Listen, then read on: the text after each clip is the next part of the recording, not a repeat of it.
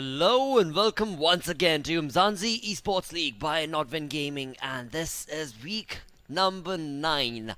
9 weeks, 8 weeks have of course gone by. Ninth week about to get started, where indeed when it comes to this weekend, of course you would have noticed timings have changed a little. Why is that? Because if you remember, previous weekend we finally got the 16 teams in PUBG Mobile that have stepped into the finals. Now those finals are going to take place in the first week of October itself, or the weekend rather, as that is the theme of Umzansi and has been and will be. But of course, never mind, we'll get into more conversation regarding all of that. Right now what's about to get started, of course, is some FIFA 20. So let's get in a conversation with the analyst joining me, and it is none other than Phoenix once again.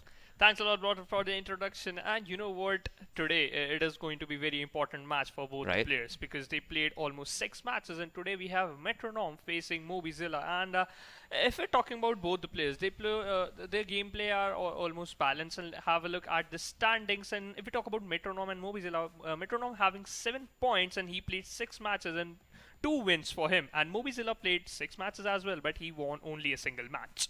Right, that is something that these guys are probably hoping to convert into a victory, both of them, of course, because again, everybody needs those points. And keeping in mind the fact that this is the last game for season 1 that these lads are going to be playing today, well, we are certainly expecting an A game in leg 1 as well as leg 2. But when it comes to the anticipation of goals, how many Yeah. goals do you think are we to Uh, suspect? I think so. It is going to be a 4-5, 4 to almost 5? 4 or 5 score because they played a little passive, not Right. that aggressive. If we're talking about Metronome, he is Right. quite aggressive. But if we're talking about Mobizilla, he's played a little passive. He focused on his defense, then he plays a little aggressive, and he founds the players are dispossessed. So let's see what's going to happen. Well, with that, let's see, and with that, quickly get this game started. Over to our casters, who once again are none other than Snare and Shiktai. Incorrect, plotter. Your casters are not Snare and Chikte. Your casters are feeling bad because the Indian team is just dripping on us too hard. You guys are swagging in at the moment. But Snare, as you can see, I'm repping the BVD swag here because we've got an all bravado affair here. Yep, we do have one. You know, it's actually kind of surprising given how many Bravado players are in the league, how long it's been since we've had a BVD matchup on stream. But we finally get to have it again. It's going to be fun. This has been one of those situations we have seen in these BVD scenarios that Mobi does end up faring a little better than his compatriots, but that's not going to be a guarantee, of course, at all. So this is pretty much going to be a fun one. I think also one of the things that's going to be really engaging to see, right, is after the last 2 weeks of classics, can they measure up? That's a very good question. I'm not sure if we're going into our second leg here between the players because I feel like maybe I'm remembering incorrectly, but didn't Wasim and Mobi play each other before in this league already? Nah, they haven't. I'm pretty sure they haven't, right? Snare? What? Okay. So it's one thing for us to note a Barcelona team, right? It's quite another for us to see the meta completely upended by Man U and Arsenal And there's being a picked. And goal! No! That was close. And That's as you can expect, my man Metronome, the Arsenal fan, is repping the club. Aubameyang's going to score a hat-trick, calling it now. But man, I'm getting different teams here. I believe this is both their players' favorite clubs. So maybe it's a thing of sportsmanship between the teammates. Like, let's go in with our clubs. We don't play the meta. Let's do it our way, at least for the first leg. And I like that. This is bravery. This is flair. This is the good stuff, Snare. This is also going to be, it's Premier League weekend. We're back on. It's week 2 right now, so this is them showing their stuff. We already see with Martinelli about to have a goal. What? This is a game of FIFA where Arsenal scores the first goal in the match. Incredible stuff. Already off to the races. Metronome with the 1-goal lead. Wait. Okay, I feel like you're the one that needs to walk us through this, as this is your team that we just saw score right now. So as is always the case with Arsenal FC, or should we call it Aubameyang FC right now, he's the man with the plan, always putting away the goals. A phenomenal build-up play from Metronome as well. The way he passed there was really Arsenal-esque. So great start to the match for him. He's had a lot of struggles in the tournament so far, as we've seen, but he is 7 points in the log. Mobi has to win this match just to tie his teammates in points here. So I am expecting a lot from Mr. Wasim. Hopefully he lives up to the potential, lives up to the Arsenal name, not in terms of throwing the match, but in closing the match. 2005 Arsenal name. Unfortunately, Henry is not on the bench, so he's going to have to try and make a plan. He still is in the pole position right now. I think one of the interesting things, right, is noticing how these midfield plays are affected by the different changes in teams. Before we go on that, though, Aubameyang back on the ball, trying to go for the very aggressive dribble side switch, but doesn't manage to make it happen. You know, one of the things that we often see with France, right, is Paul Pogba's influence in the middle of the pitch. And I remember once I made a joke about how he's the only reason that one might consider picking Man U. And unfortunately, I have a feeling in this matchup, in FIFA 20, I can't believe I'm about to say these words. Honestly, Arsenal is way better than Man U. And I think we're probably going to see that reflected in the scoreline. Let's see if Mobi agrees. He's in a decent position right now. Rashford has a lot of space, but he's going to get tackled out there by Mr. Socrates. Ooh, that was tense. I do feel like, I don't know how well Man United suits Mobi's playstyle, but before we get to that, ooh, that was close, that was close. Good defense from Mr. Metronome once again, which is surprising seeing as he's playing with Arsenal. That's not what they're known for, really. But he's doing a good job of it so far. I mean, to be fair, he's winning with Arsenal. They're not really known for that, so we're already seeing some new things coming out right now from the boy Metronome. He is now on the far side of the flank, looking for an aggressive run opportunity. One thing that's going to be interesting, though, right, is that up until now, the meta has been Liverpool, France, and one Barcelona, right? And we've seen players really adapt their plays, particularly in the players involved therein. But now, this is the 9th week, so imagine the changes that could happen right now might be something that the players don't adapt to quickly enough. I wouldn't be surprised if we see a loss turn into a side switch back into one of the meta teams. We do now have some beautiful passing play between Aubameyang and Lacazette. Hasn't been losing possession just yet. Metronome is inside on the far end of the box, but oof, can't thread the pass through. No goal. And you can see Arsenal is a team that Metronome knows really well. The way he held up play there with Lacazette, I mean, myself and my cousin were joking about this the other day, but Lacazette is basically a better version of Roberto Firmino, where he can also do the same thing, hold up the play, set up for his other striker in the form of Aubameyang, but just with a little bit better finishing. So he's playing that really nicely so far on Metronome's side, though he didn't get the chance for the finish there in his last play, but we'll see how Mobi can respond. Rashford over to Fernandes. Fernandes, a lot of space, but oh, the tackle so strong from Kolasinac. Yo, still in that it. Tackle, dude. Oh. Yo. I'm kind of surprised there's no injury there because that tackle put him on his back. And Hector Bellerin, that was a great dispossession. Unfortunately, Paul Pogba, best reason to pick Man U. Unfortunately, he's not playing alone on the team, so they end up losing the ball. And we are right back into Metronome in possession. I'm going to pass the ball around here at the back. His defense has been impeccable so far, but he makes an error here, and can Mobi capitalize now? He's got a lot of space, but no, he doesn't pass the ball cleanly enough.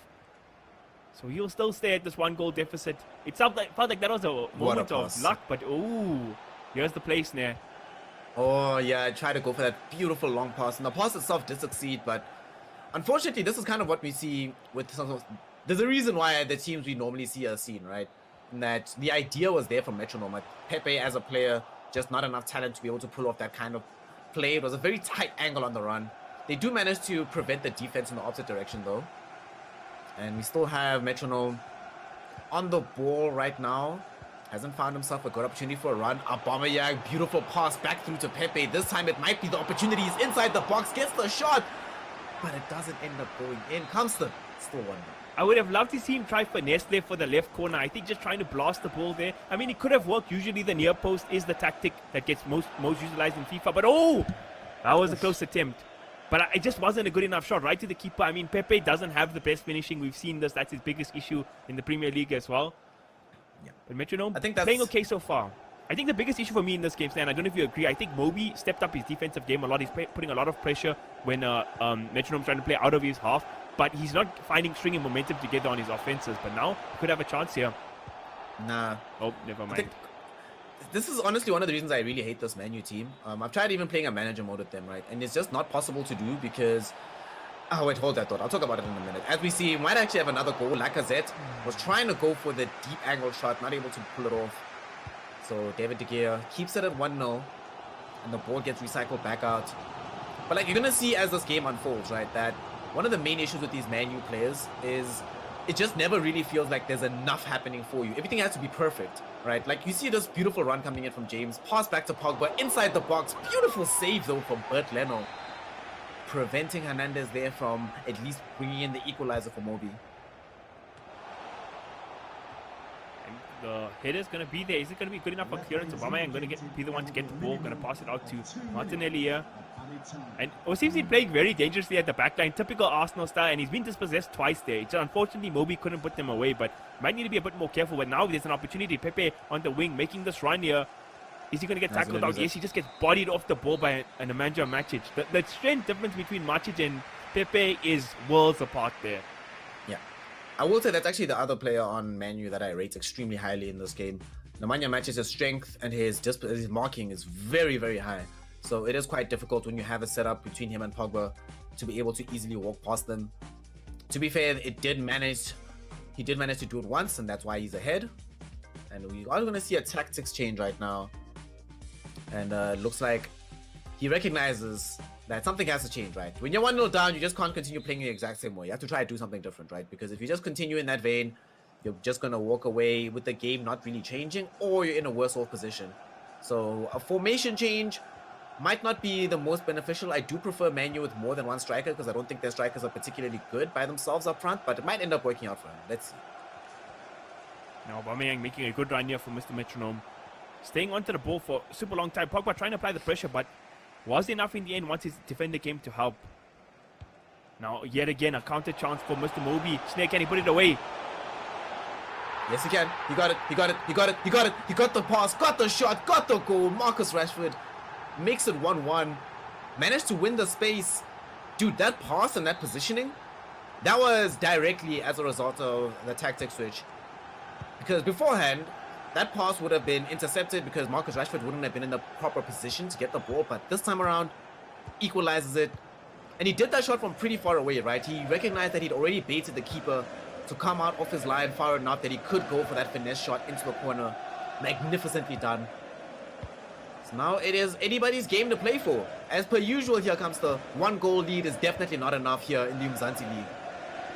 Oh, Aubameyang making a run here, but he gets tackled out. As I said, Mobi's defensive game has been solid so far. Yes, Mr. Metronome scored the cracker initially, but it's been the attack that's been suffering for the most part. And this formation change seemed to have done the trick. This is going to be a game of FIFA on our hands here, Snare. No doubt, sure, and got a lot of space. Send it to Marshall. Can Marshall put it away? Going to get the ball to Pogba, but Pogba shot not good enough.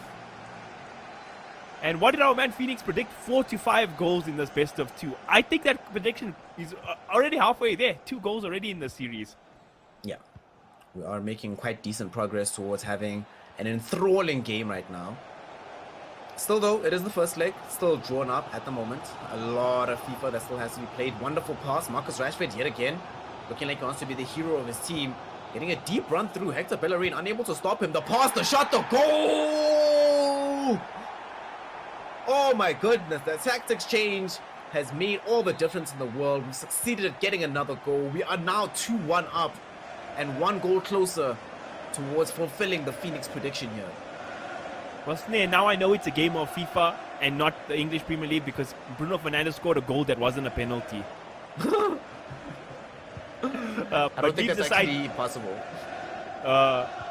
Credit to Mobi Zilla. He's really found his rhythm. He's found his stride, and I think Wasim got a little bit way too comfortable with his 1-goal lead. He wasted 2 opportunities, and now the pressure just mounting more and more. Can Mobi put another one away? Marshall gets pucked up, but he still has the ball. Can he get the goal? Yes, he gets it. Fernandes once again. Oh my god, that was so dope to see that happen. He makes it happen. A brace for Fernandes. But not only that, fam, did you see the passing that was happening inside the box itself? Seemingly like the ball was basically glued to his feet there. Now suddenly we're 3-1 up. Such a great job. Such a great job holding on to the ball. I thought after the first shot that play was over, but Arsenal's defense just couldn't react to that fast enough. And now Wasim, being the person who initiated the lead in this game, is now down 2 goals.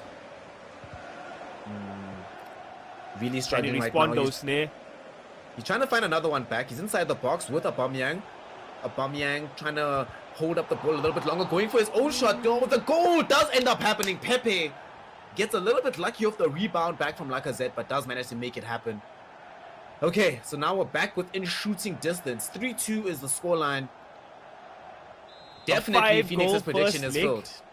Yeah, man. Well, he might be wrong now because it might be a hell of a lot more goals than we actually expected. And that was a great goal from Wasim. There was one mistake where Aubameyang got the ball in a good situation and he capitalized on that immediately. I think, yes, it was a bit of a scrappy goal with the deflection, but that's what Mobi's third goal was as well, scrappy as well, where the deflection just fell his way. So all things are fair in this UMZANSI Esports League so far, Snare. The balance in the force has not been messed with just yet.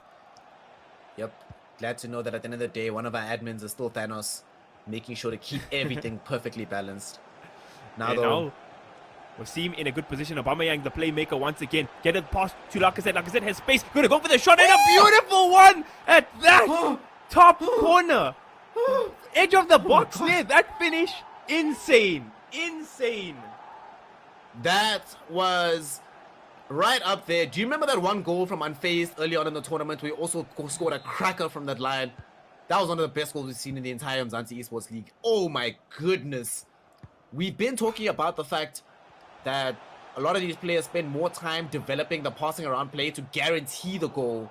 But man, when you see shots that are that beautiful, God, do I miss FIFA 19 where you could just score from anywhere. And that finish right there, you can see. I mean, what a beautiful finish from Wasim himself there, because he tied it all. Before we get to that, this might be another goal. Aubameyang, he runs in, he goes for the shot, and he gets another 4-3 to Metronome. What? Metronome? Did he just do that? Did he literally just dribble 4 players in the box and just score a goal casually with Aubameyang there? Oh my goodness. We're now 7 goals in. Yes, he did. Yes, he did. And 2 beautiful finesse shots. The one from Lacazette, the power, the finesse was timed perfectly. This one with Aubameyang curls it around in typical Aubameyang fashion. And now he's attacking once again. Can he do it again, Snare? He's been prevented this time around. Bruno Fernandes back on defensive duty. Now suddenly we're back in a position where MOBIZILLA is the one that has to try and recruit this final goal to draw things up. The 1 goal lead we agreed early on wasn't sufficient for Metronome. And it definitely wasn't. He was down 2 goals at a point, but now he's up 1. He scored 3 goals without an answer. It really does seem like it's his game to lose at this point. Sorry to cut you off, Snare, but Marshall just didn't move in the right place there. Otherwise, Mobi could have found himself 4-4. And now, beautiful string of passes here from Metronome, but not good enough.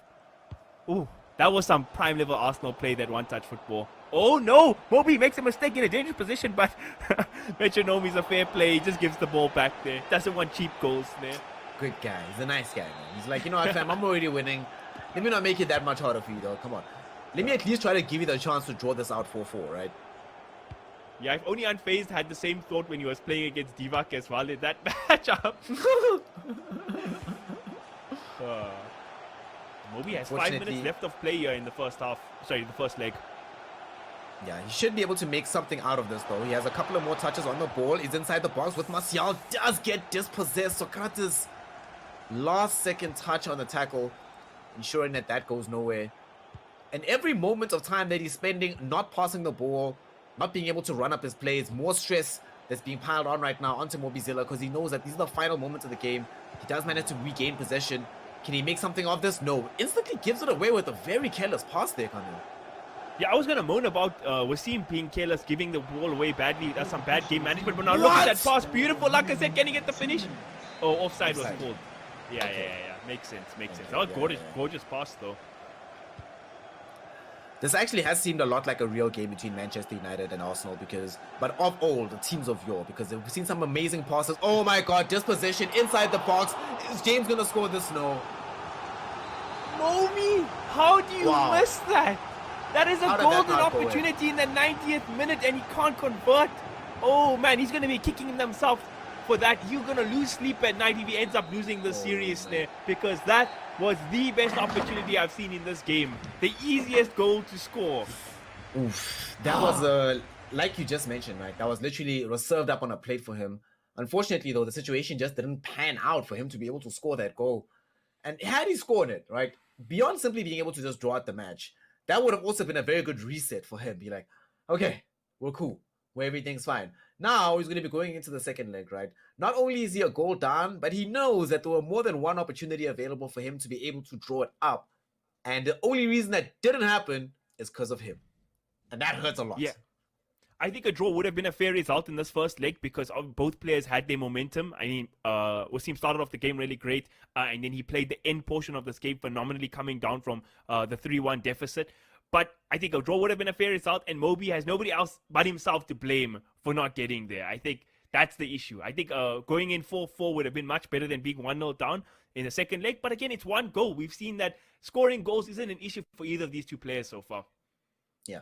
I think especially hard done I think he'll be kicking himself a lot more, Metronome, primarily because he did the tactic switch and it worked beautifully, right? So that means that he has an idea and a handle of how this game is supposed to play out. But at the same time, we also did see that Mobi instantly changed it up, right? In terms of his own play, started going for these much longer through balls. We started seeing him utilize the wings a lot more, and not just for developing the play, but he'd hold up the ball and then get a super long reaching pass and try find an opportunity with the dribbling skills of Lacazette or Aubameyang, and it worked out well for him. And this, okay, you know what? I respect both of these players so much because I would have understood if Metronome had said to himself, you know what, I am going to go back to Liverpool or France. I would have understood, but because he's a trooper, because he's a man, MobiZilla's going to stick right now with the Manchester United squad. I'm very happy about this. It's going to be a rematch. We might see an early goal. Nope. Socrates ends up being in front of that pass and prevents it from happening. Yeah, like you said, mad respect to both of these gentlemen. I mean, there's one thing in the first leg to play with your favorite clubs, but in the second leg when you're down a goal and Mobi's like going to go through this, he's like, I'm not giving up. I have a tactic here. I'm going to make it work. Mad respect to him for that. But that last game was, I think, was the best match I've seen Metronome play so far in the UMZANSI League. And Mobi might put a spanner in those works. Long pass doesn't make it there because he had beautiful, I mean, absolutely immaculate moments on offense. He had 2 shots that he missed though, but went to the keeper. He didn't miss it. Let me be correct. And he had 2 defensive errors. But all in all, phenomenal game from him. Yeah.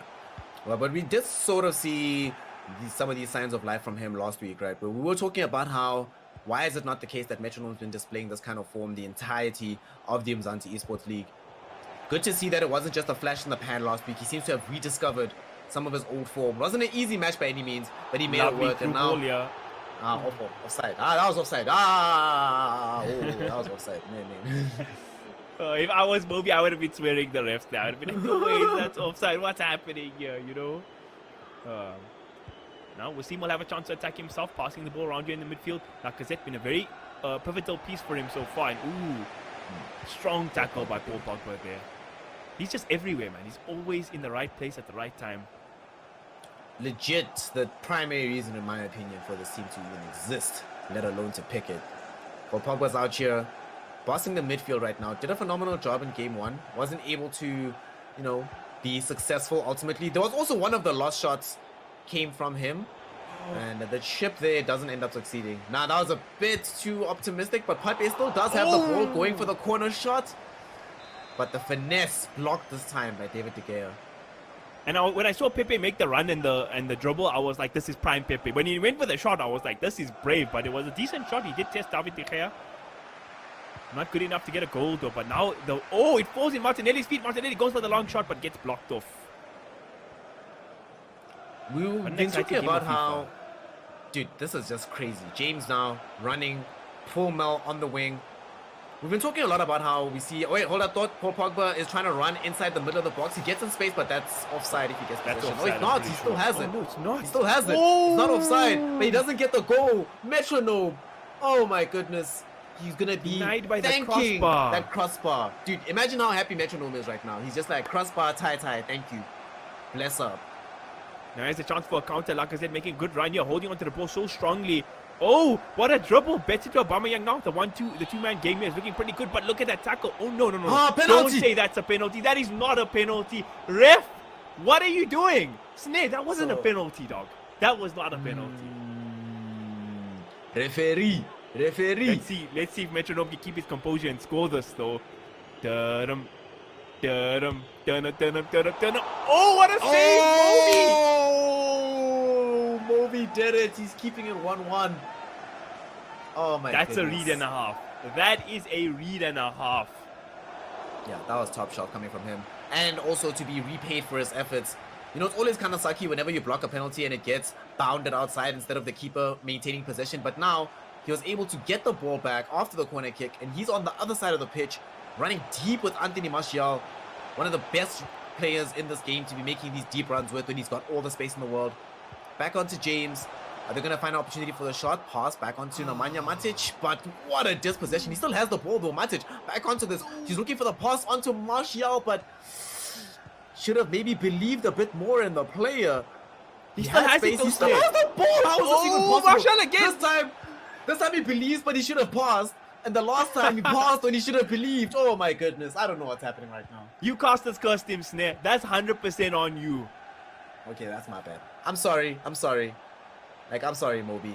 And if this goal ends up going the favor of Metronome, he's inside the box right now. Okay, the cross goes nowhere. Back into Pepe's feet, though.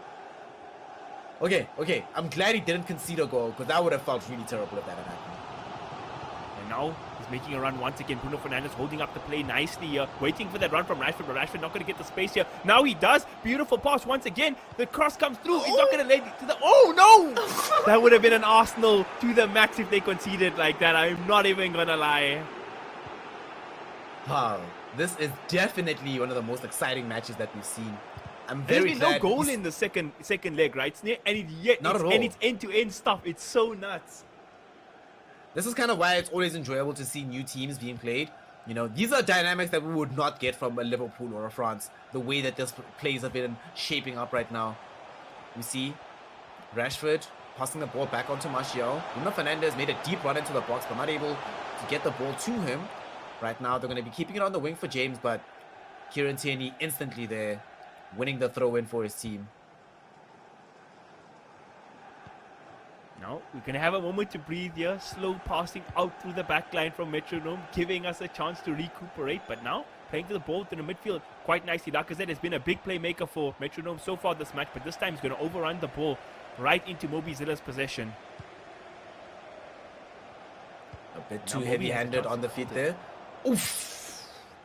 That pass right there, had that pass gone through, that would have been as close to a guaranteed goal as you can get in this series. But somehow we are still at 0-0. Socrates has been very influential at centre-back right now for Arsenal in this game. Metronome has been making sure to keep this clean sheet. Now could have a chance to score here. Aubameyang and Lacazette playing this one-touch football quite nicely, but this possession going to be there. Mobi's defense been great so far. It has been. He's leveled up quite a lot from the first leg. Both of these players really have. But it's been an adjustment. View, okay, that was kind of nice. Nice skill move coming in there from Lacazette. Now, is he going to be able to find himself an opportunity? Unfortunately for him, though, Aubameyang didn't have enough space to actually start running after he threw away the pass. So, as a result, the ball ends up going nowhere. Does end up winning a free kick in a decent position. What did Ref blow the whistle for? He could. He's going to set it up here, but oh! He gamed himself, Snare. He gamed himself, but he still has the possession of the ball, and this could be dangerous. Aubameyang with space to Lacazette. Lacazette with the finish it. Lacazette with the exquisite finish at that. Oof, oof, oof, oof. We thought he outplayed himself, but it ends up all going according to plan. Lacazette ends up on the other side of the pass. Hand there. Yeah. That's super unfortunate, actually. I know, man. But you knew Lacazette with that much space. Not often does he miss. Now Mobi finds himself 2 goals down in aggregate. We're sitting at 5-3 total, Snare. That's quite a tally. Yep, turns out that 8 goals. So far. 8 goals comes through. Consider and reflect upon that, right? And also think about how it's only been 1 goal here in the second leg. Given how both of these players have adjusted their plays, we see the possession stats 50-50 on both sides, passing very even as well. So it is such an even game that even though he's behind right now, right, 1 goal down, Mobi is still not deciding to make any tactics changes. He's like, no, I'm not losing like I was in the previous game to necessitate such drastic measures, you know? You say that, but he has queued up the pause, and I was actually going to say the opposite to you. I think he needs to make a tactics change like he did in the last one, because it looks like Metronome is reading him quite well. But before we get to that, Martial, beautiful dribble. Breaking ankles there. Now Rashford got a lot of space. Back to Fernandes. Fernandes all the time in the world, but the shot gonna get blocked. Oh, that was so sad. The shot got blocked there. And to make matters even worse, although it was an Arsenal defender that blocked that shot, immediately ahead of the shot was Martial, so that goal was never gonna go in no matter what. Well, looks like reality has bitten Bruno Fernandes back. And we have the the real player in action. But he does get to possession back though. Mobi just needs a couple of passes on this ball to be able to bring himself back into a drawn position. It's still only a 1-goal lead. Paul Pogba reclaiming this. Bruno Fernandes down to Ante Martial. Can they get the tackle? No, he cannot. ends up giving away the pass there. He still has reclaimed possession though. He's not out of the woods just yet, but a careless header does end up giving it away. And now we're in a threatening position once again because we start to see these Arsenal players starting to pile in to the forward portion of the pitch. Man, the amount of skill. Oh, that beautiful ball from, like I said, before we even get to that, offside was called, I'm pretty sure.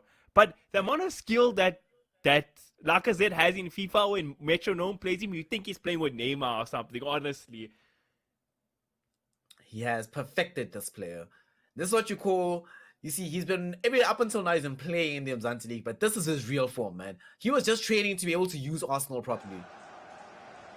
Now he's out here. He's gone full Michael Arteta, dude. He turned trash into treasure. Maybe not that. I wouldn't go that far. Not just yet. He hasn't won the Umzansi League yet. Now, we have passing coming out from Mobi, but he can get read out there perfectly. But this possessions in Metronome's half has been really impressive from Mobi, and there's another perfect example of that for giving himself half a chance here in a decent position. But Socrates, the man you mentioned earlier, oh no, the clearance not good enough. Now, chance still alive, but the pass there from James, too lackluster. Yeah, it ends up... That was kind of surprising, right? And it's very disheartening whenever you see a player have like 5 or 6 offensive players inside the box, but not really able to do anything productive with it. He tried to reach for that ball of Pogba and actually succeeds in doing it. Are you kidding me? This might be an opportunity for him now. Luke Shaw gets the ball in through the middle, but they do find themselves dispossessed. This is an issue because Luke Shaw was there. That means there's only 3 main defenders. Might open up some opportunities here for Metronome. Gets the ball into Lacazette onto the wing. What a dribble. Dude. Exactly what you were mentioning. This guy with Lacazette knows exactly what he's doing. Alexandra Neymar Jr. That's his name now. Referee. Referee. What now? What happened? Dude, I don't know what this ref is smoking this game, but it ain't pretty. Well, he's trying to make the game interesting. Oh, okay. That was an interesting pass. He does have possession of the ball in a dangerous position. Back to Aubameyang. Aubameyang to Pepe. Pepe dribbling nicely. He goes for the shot and he gets the goal. Edge of the box finish from Nicolas Pepe. Not something you expect to see, but Metronome once again does it to perfection, Snare. Oh my goodness. This guy really is making this team look a lot better than it actually is. With Arsenal now 2-0 up. Yet again, we see another spectacular finish from him from the edge of the box. Man, it really does seem like he's hit his stride and looking so dominant here in game number 2. We do see that, you did mention that the tactic change might have been required for Metronome to at least be able to... Nah, I don't think it'll go anywhere. Sorry to cut you off. If that pass went through, you would have thanked me if I cut you off there. He might have a chance now, though. Making a run himself. Can't keep the ball though. You can't keep the ball. The sad thing is that he actually did see a small tactics change coming in right there from Mobi after he did queue up that pause, but it doesn't seem to have added that much dimensionality to his play. It does seem to be making it a little bit more difficult for him to be completely exposed. But now inside the box, Mobi, can he find himself an opportunity? No space for Marcia. Ball gets run out. It is going to be a corner kick, and he goes for the set piece. Gets the header. Gets the goal. Maguire. Coming in out of nowhere, using his huge stature to his advantage and getting the headed goal here. It's 2-1 up, only 1 goal in it. Mobi still has a chance. Yes, he does. And that's why you got to have patience with your players, Snare. He gave away a penalty earlier in Harry Maguire, but now he capitalized with an excellent goal here in the 75th minute, giving some much needed life to Mobi. But Wasim looks like he wants to respond. What can Metronome do? Long ball in. Oh, the header not going to make it to Pepe's feet there for a second finish. But he steals the ball here nicely with Torreira. Passing the ball around nicely. Martinelli, gets skipped a bit too far though. Yeah, the pass there was a little bit careless initially after the dispossession, but nonetheless, still ends up Torreira working out for him. steals the ball again. Dude.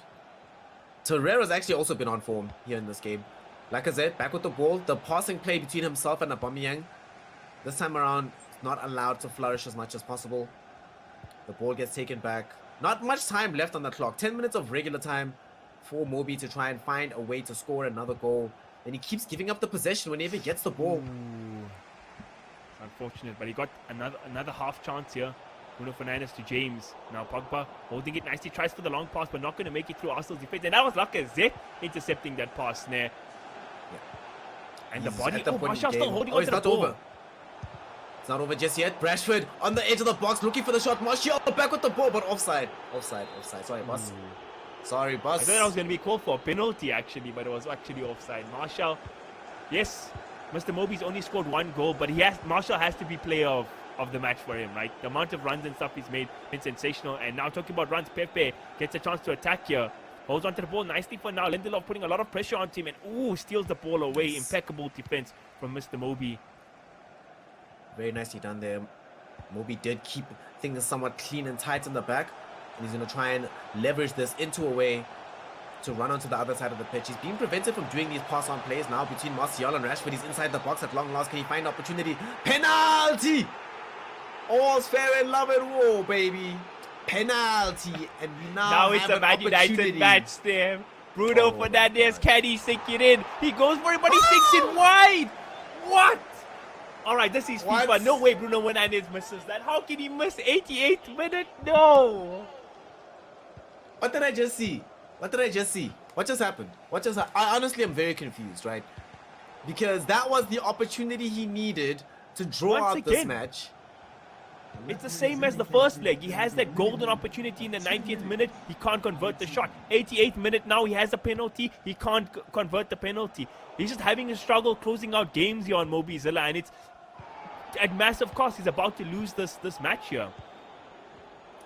Yeah, he might actually end up conceding 1 more goal. Fortunately for him, with Wan-Bissaka does manage to reclaim the ball, stop the possession, and the game will end. But wow, that was so rough for him. I cannot imagine how he's feeling right now. I would actually be very surprised if there's not a controller through his TV at this very moment, given how the series played out, because it was such a dynamic game, very exciting, lots of plays happening, but it just really felt like at the end of the day, Metronome just had the killer edge, and Mobi didn't.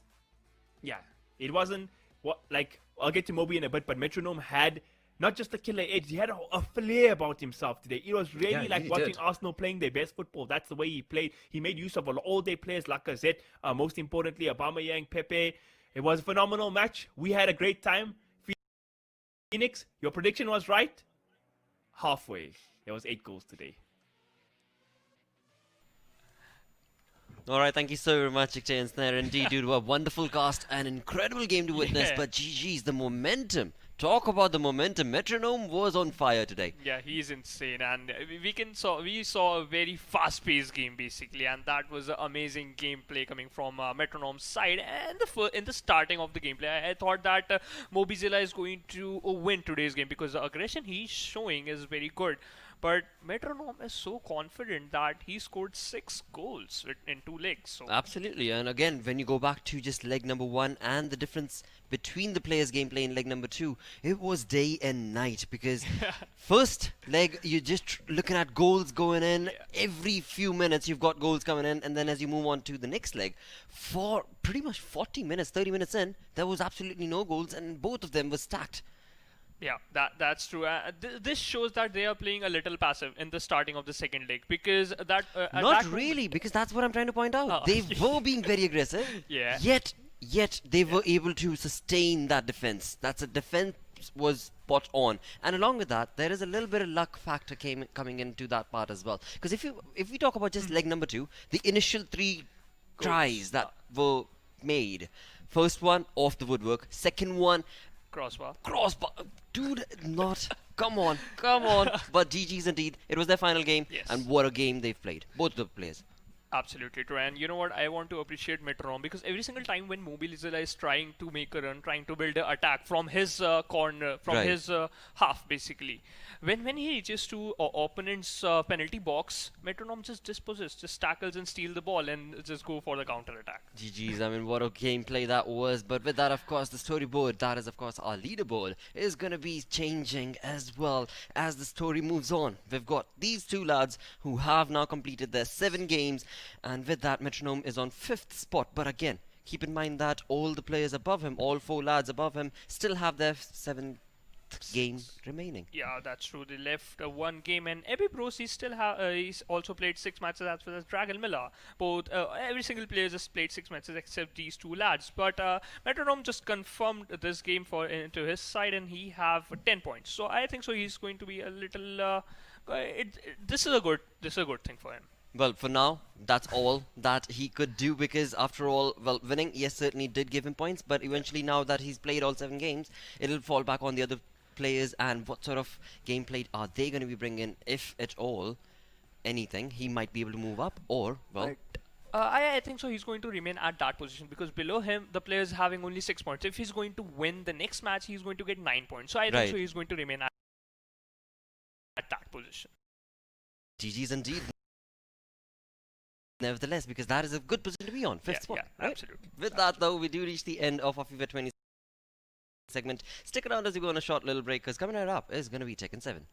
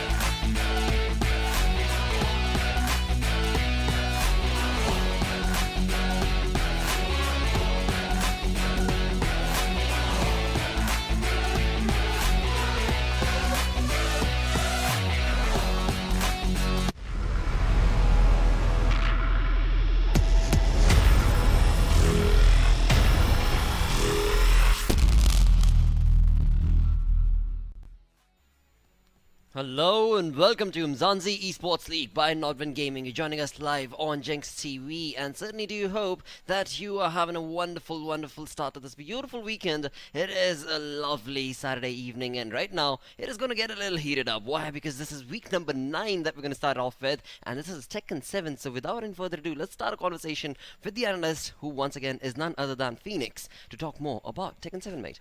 Thanks a lot for the introduction, basically. And as usual, I'm very excited for the Tekken 7 segment because, I love this game. And today we have very interesting players. We have Luna Fang facing T4M Dog. If we talk about both the players, T4M Dog is like in a good position. He having a good amount of points. But Luna Fang, he is not that good because if we talk about his overall standings, he got almost only 3 points. So he must have to win this match. And if we talk about their character selector, T4M Dog goes for Marduk and Luna Fang goes for Law and Lee.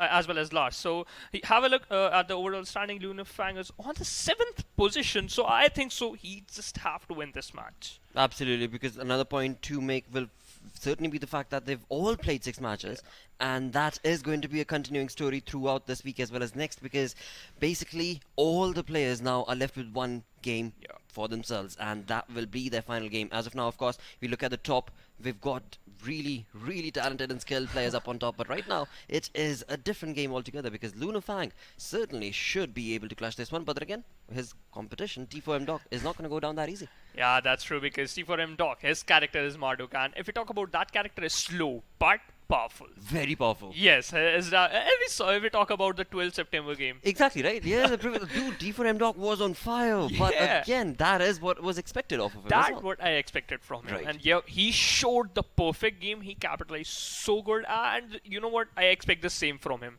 and I hope that today he's going to win this match also.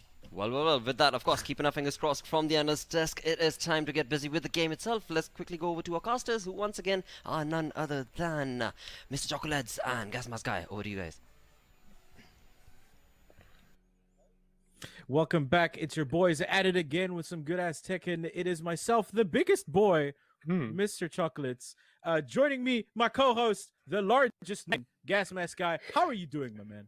Dude, I'm a dragon tonight because I saw T4 Doc is coming. So I also wanted to wear a t-shirt like my Saki has. I wanted to be on that same level. My man. Speaking of, 2 very powerful fighters we got up tonight. T4 Dog with the Raging Bull, which is Murdoch himself, against the special forces of Tekken. Lars, what do you think of the matchup? He was Lars once, but I think he's also Lee, and he's picked up Brian. The man's picking up a whole roster of characters to compete at this highest level, so it's quite a strange. When did he pick up Brian? He's been playing Brian online at the moment. I caught him in a lobby. Ooh, bro. You don't know who he's gonna bring out tonight. Oh, but I honestly feel like all right. Yeah, I was gonna say the safest option for him, I feel, is Lars, because having a little bit of experience against T4 Murdoch, I feel like pressure-based characters do very well against Murdoch. But then again, Tekken's a game where players are more powerful than the actual characters, so you never actually know what you're going to be in. Lee. Goes for Lee. Lee's still a very heavy pressure-based character, if you think about it, right? Has a lot of good extensions and mix-ups coming out of Hitman and with the Mist Step. So definitely a good choice in my opinion. But Valet Tudo stance will always come out on top. my man. The question now is, does T4 Murdoch have the appropriate matchup knowledge or move to go up against Lee? That's Lee's such a strange character to go up against. But this man came in shorts to a lava fight. That's how strong this man is. Hey, bro. Man's barefeeted. Starting it off! Down for 1, bro. Big whiff punish already. Oh, he tried to low parry there. The man's like, I'm not going to do anything except throw you against this wall. Combo off the wall. Big man doing People, Murdoch coming like, dude. At this stage, bro. Dude. Blazing. His feet are hot and he wants to get off the floor. Valet, mount stands for open. That is crazy. Maybe getting some clean posts out Luna Fang there. Ooh, trade. Good trade. Okay, he didn't get the count. Oh, taking his feet out. Going for that back 2 for the counter option. Nice. Ooh, big lord. Standing 3. Unable to I didn't get the conversion on that combo. Nah, I think he was just off by a bit. I love that move so much. Oh! With that rage drive. Dude, I didn't know I was watching a rugby match right now. Dog. Man's missing ribs. He hit him with a cold, counter hit. Gets that giant counter hit, my man. Doing a lot of work. Tries for a ground grapple attempt. Not really making. Oh, it's another counter hit. hits. Look at that DNMK damage. getting caught. Dude, while standing 3. I'm done. T4 Madoc has ascended. He has come in with a vengeance. This is what happens when you do not have the move, my man. That's what happens. No matchup knowledge, no matchup W's, bro. That's just how it works. That's so I feel strange like- though. Like we thought that the matchup knowledge from not knowing Lee would be the issue. Man doesn't I know feel like- Murdoch. I feel like right now Murdoch is one of the characters when you play against them, right? If you do not have the matchup knowledge, it's one of the most scariest characters to play against, in my opinion, at least. Yeah, dude, counter hit after from- counter hit, you're losing like 70% of your HP. Exactly. He may be a bit slow, and his counter hits do a lot of damage, but he's still more balanced than a lot more of the cast. So I feel like if you don't know the Murdoch matchup, but you've seen what players like T4 Madoc can do, that is intimidating in of itself. Oh, like I said what I before, Tekken is a game of chess. It's bro. not the character you're playing, it's Fast- the man behind the game. Fast hands chess, bro. It's a lot of frames, dude. You There's a gotta lot have of that. click clacks. You gotta have that just frame. And if you have an arcade stick, taking it's my- like click click click click. Taking my rook to F9 just frame, dude. Blue sparks Nah, and rook everything. to all alt across the- F4. Because when I get that combo, I'm not in there anymore. That's the thing, dude. That's the thing. Anyway, we're back at it again. There we go. All right, That's what I wanted to see. All right. Lunar Fang going for the switcheroony scoopity doo all the way to Larzarino. I would like everything I just said to be scraped. Thank you. That was horrible. All right, back at it again. Oh, starts off with a down forward 1. Bro, the down forward 1 range is unprecedented. He was able to get him from halfway across the screen. Oh, he's anime stamping there. Definitely. Lars being a character of momentum. Getting the dynamic This is what I was talking about. Starting with Lars would have been a better option. Not just because he's more comfortable with Lars, but damage. Oh, he tried to Those set him are up with the unblockable unblockable. Oh, yeah. Good man. Doesn't break the 1+2. That's dead. That's dead. That's a lot of damage right off of that throw. And that's because Oki it does setup as guarantee. well. Exactly. It does guarantee a combo and a good OT setup. Nice anime stomp. And Nice tech. good tech. Lunar Fang learning. Oh, dude, he dashed right out of the zone. that move is just a wall of active frames. Like that's what it makes. That makes it. Oh, but you know what? Back That's a counter hit, and that's half your health bar. Rage. into rage drive. Oh, look at that Doesn't take- damage, dude. Get him out of there. Gosh. Oh, and the Nice. counter Look hit at that again. armor.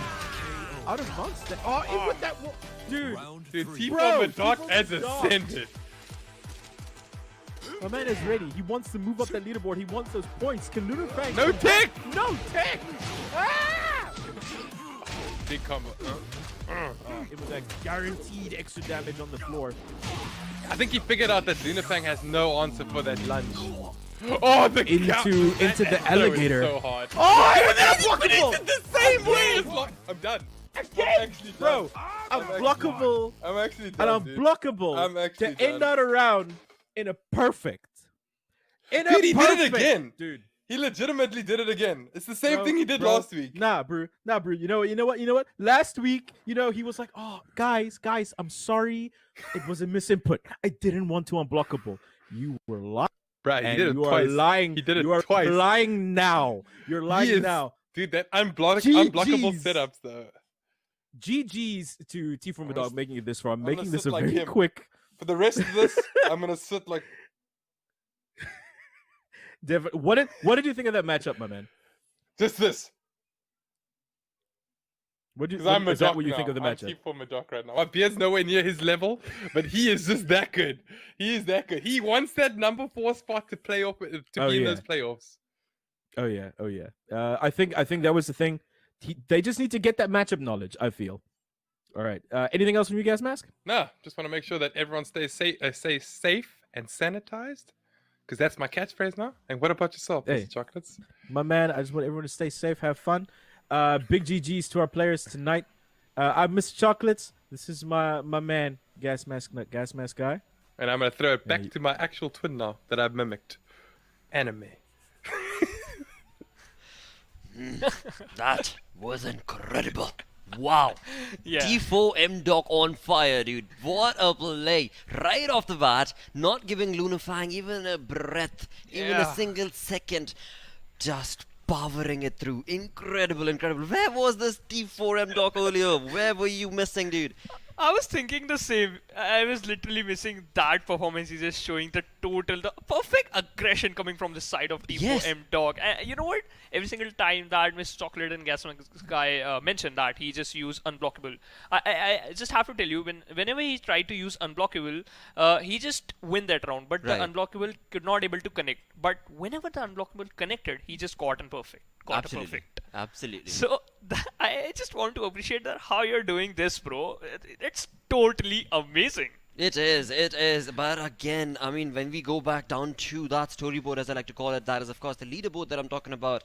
T4M Doc, dude, where were you, mate, before? I mean, again, he has played exceptionally well in the previous 2 weeks. But now, as you reach the end of the line, where you play in your final game, 7 game are the number of matches that all of the players are going to be playing. I mean, right now he's looking pretty confident on Yeah. the 4th spot, but keeping in mind that other players still have a game remaining, that 4th position could be taken away from him.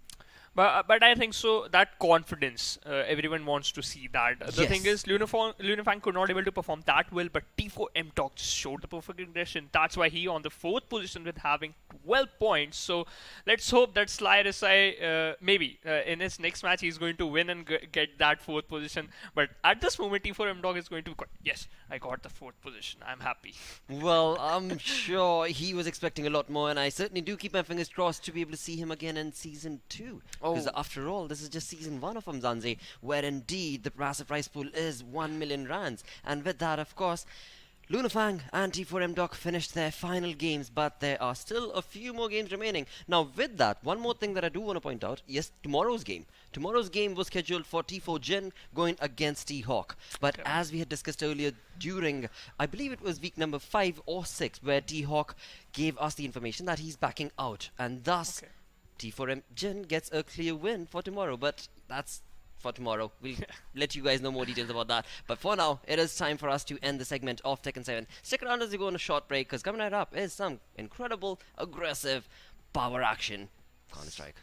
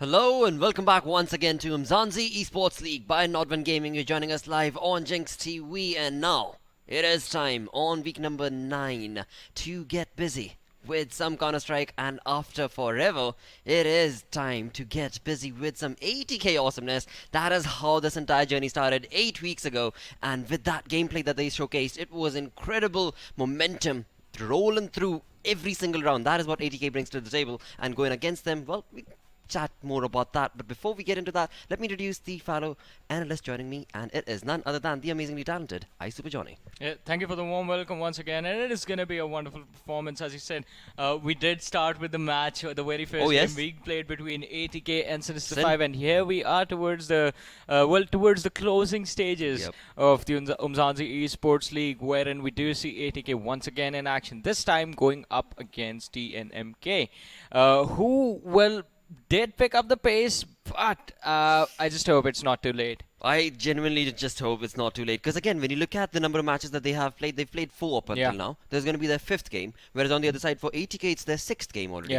So talking about momentum, talking about DNMK's performance against Online Kingdom, I believe it was, completely blew me away. Not the same DNMK that anybody had expected, but if they can continue that, perhaps there might be a different story to tell when it comes to the leaderboard. Right? I mean, at max they can try and compete with Online Kingdom, right? Because the other teams that are on the top of the leaderboard are pretty much far away from them.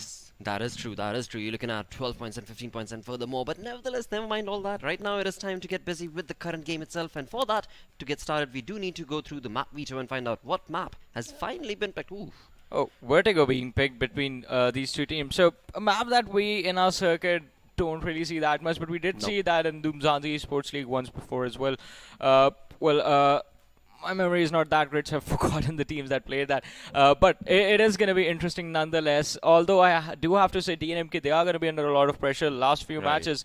And the last few matches that they have lined up, including this one, are against some of the teams that, have been playing really, really well. I mean, there's 80k that they're going to play right now, and the last game that they play is going to be against Gents as well. So there's going to be a lot of pressure to perform in every single match, especially since they are right now sitting in the second last spot in the standings. Absolutely, they are going to genuinely try their level best, and I'm sure lads from DNMK will, because they have the skill, they've got the synergy. All they do need is a little bit of luck, a little bit of momentum rolling, a little bit of economy perhaps, because that is another something that we've been witnessing lately. Economy's just been havocing in games that you would never even anticipate, like Goliath going completely, but never mind. I mean, so today's matchup is going to be interesting in the fact that, the two teams do have sort of different play styles. Again, 80k, similar to Gents, I mean, we've already talked about this.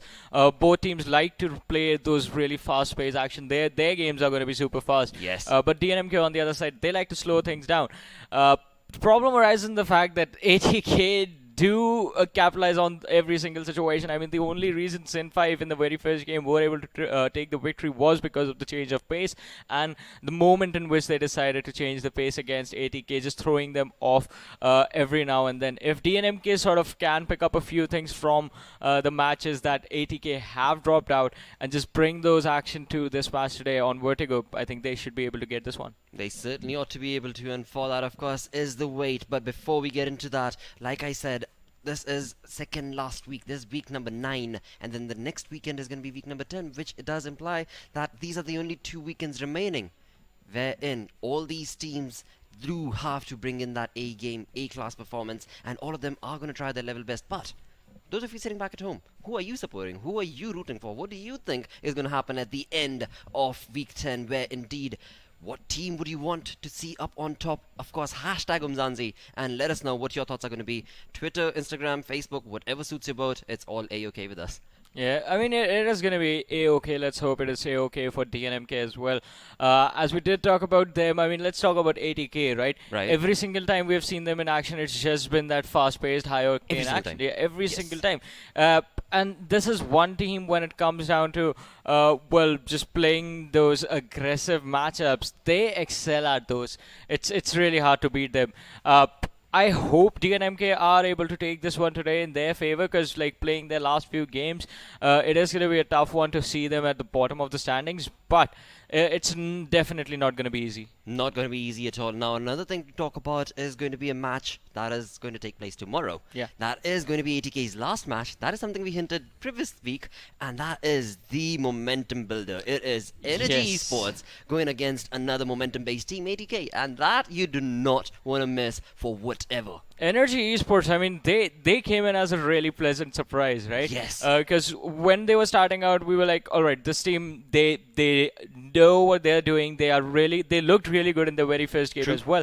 And it was like our opportunity, because the teams that they were playing at that time were at the bottom of the standings, and we were just waiting. All right, how are they going to perform against Goliath? How are they going to perform against teams like Sin5, ADK, Gens? And they have always been the ones to outclass these big names. Yes. Tomorrow we're going to find out how they deal with ATK as well in the final stand that ATK has left. But for today, DNMK versus ATK, I think it's time to get the action started. Absolutely, it's been long enough banter coming in from the analyst desk. It is time to get busy with the match on Vertigo, for which, of course, it is time to go over to our casters, who today are none other than Proxy and Baji. Thank you so much, guys. Patchy, we've got ATK going up against DNMK, so absolute cracker, as analysts have mentioned. And for DNMK, this is one of their last couple of chances to really get some points on the board. They so far have one win against Sinister 5, but the rest of the matches, we've seen them get up a few points, we've seen them go down a few. We've really been sort of at a surprising point for DNMK. Every single time, it's like a completely different one from the one we've seen previously. This time around, however, as they've mentioned time and time again, they're going up against the Giants, ATK, who have been absolutely dominant so far. And waiting to see if they're going to continue it. What do you think? Yeah, well, I mean, it's going to be an interesting one. I mean, of course, we're talking about Vertigo here. It's definitely, yeah, I mean, it's not my favorite, but it's definitely a map that you can throw some curveballs on. You know, it's like that one map that a lot of teams like to pick up just to throw that curveball for that one simple purpose. But we've seen time and again, the teams, some of them have prepared overly much for this map. I mean, you try and throw a curveball at a team who's practiced the heck out of this map and you're in for quite a ride. And I'm very much expecting this to be exactly that. I mean, I'm sure that ATK have practiced this one. I'm sure they've got their know-how. DNMK are gonna have to show up a little bit. I think it's the burden of sort of showing us whether they can actually make this happen or not is really on them and how they perform here in the first couple of rounds to show us if they can make something happen. So yeah, things are going to be opening up. Fady and Doru going to be the first ones in that kill feed there. 1 for 1, their Nexus goes down, Doru goes down, and well, we're trying to see who else goes down. The bomb is down as well, so lots are going down right now, but still the round has yet to end. The bomb is ticking away. Fady sneaking up from behind, and that trigger discipline might just pay off. Sees one go down, now he has to pull the trigger. This is coming through. Oh, he's just going to get taken down. 2v2, taps coming through, and now it's just the man. He's not going to get this, it's done. ATK take the first round. Shame, unfortunately, there, Fady, trying to get early onto the sites, had to take all that time to wrap around, but then just towards the end there, it was just a little bit of a rush. But either way, ATK had quite a large safety net at their feet. They had players on site, they had the bomb down, they had it smoked out, they had so much control of the site that DNMK, unfortunately, they're just getting sandwiched, surrounded really. And now, because of that, ATK, they're going to be able to get a bit of an upgrade here, some SMGs, some rifles. I do see an AK in the hands of Fady. Potentially looking for another opening towards that B side for DNMK, trying to do a stack here towards middle, get a bit of a surprising action going here, but unfortunately Doru is too fast, going to take down Daivu immediately. Let's see if they can spot any more. So far the sprays are there, the trades are at least going the way of ATK, especially for this buy-up. They can't be losing any sort of guns to pistols at the moment. We'll see how it goes.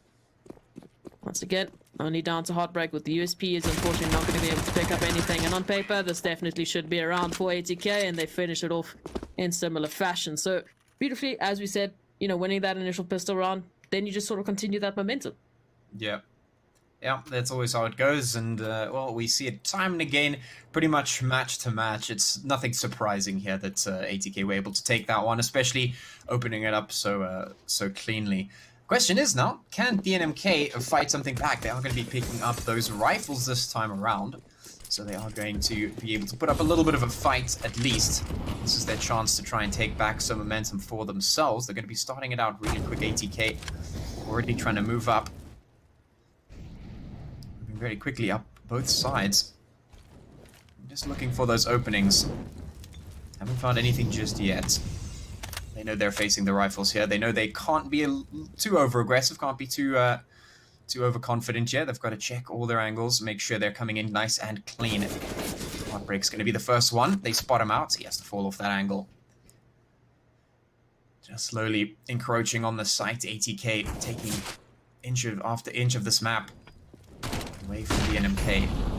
Have to hold on here. Comes Flash. Blaze just absolutely running straight through. The retreat comes through. Nexus in the meantime takes down Doru. Minute on the clock. They've got to get the bomb down, but they do have site control here.